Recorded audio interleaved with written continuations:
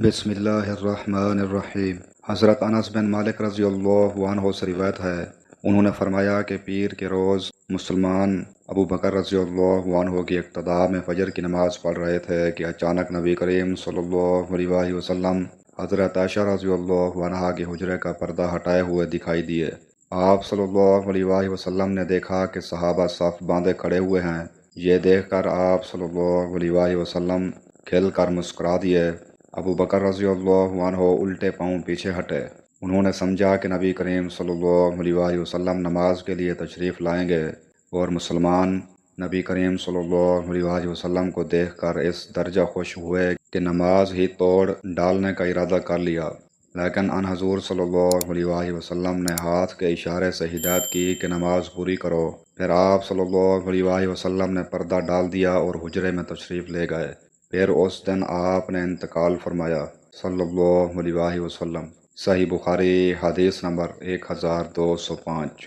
معیقب بن ابی طلحہ صحابی رضی اللہ عنہ نے بیان کیا کہ رسول اللہ صلی اللہ علیہ وسلم نے ایک شخص سے جو ہر مرتبہ سجدہ کرتے ہوئے کنکریاں برابر کرتا تھا فرمایا، اگر ایسا کرنا ہے تو صرف ایک ہی بار کر۔ صحیح بخاری حدیث نمبر 1207۔ حضرت ابو ہریرہ رضی اللہ عنہ سے روایت ہے کہ نبی کریم صلی اللہ علیہ وسلم نے فرمایا، بنی اسرائیل کی ایک عورت نے اپنے بیٹے کو پکارا۔ اس وقت وہ عبادت خانے میں تھا۔ ماں نے پکارا کہ اے جریج جریج، پس و پیش میں پڑ گیا اور دل میں کہنے لگا کہ اے اللہ، میں اب ماں کو دیکھوں یا نماز کو۔ پھر ماں نے پکارا اے جریج، وہ اب بھی اس پس و پیش میں تھا کہ اے اللہ، میری ماں اور میری نماز۔ ماں نے پھر پکارا اے جریج، وہ اب بھی یہی سوچے جا رہا تھا، اے اللہ، میری ماں اور میری نماز۔